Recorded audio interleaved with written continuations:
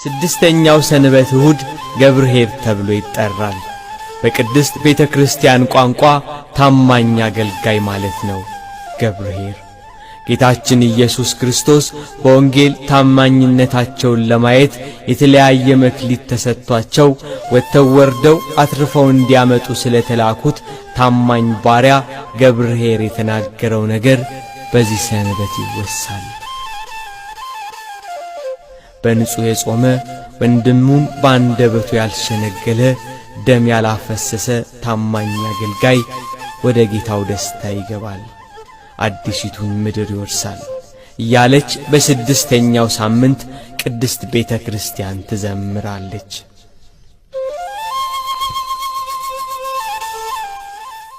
ስድስተኛው ሰንበት እሁድ ገብርኄር ተብሎ ይጠራል። በቅድስት ቤተ ክርስቲያን ቋንቋ ታማኝ አገልጋይ ማለት ነው። ገብርኄር ጌታችን ኢየሱስ ክርስቶስ በወንጌል ታማኝነታቸውን ለማየት የተለያየ መክሊት ተሰጥቷቸው ወጥተው ወርደው አትርፈው እንዲያመጡ ስለተላኩት ታማኝ ባሪያ ገብርኄር የተናገረው ነገር በዚህ ሰንበት ይወሳል።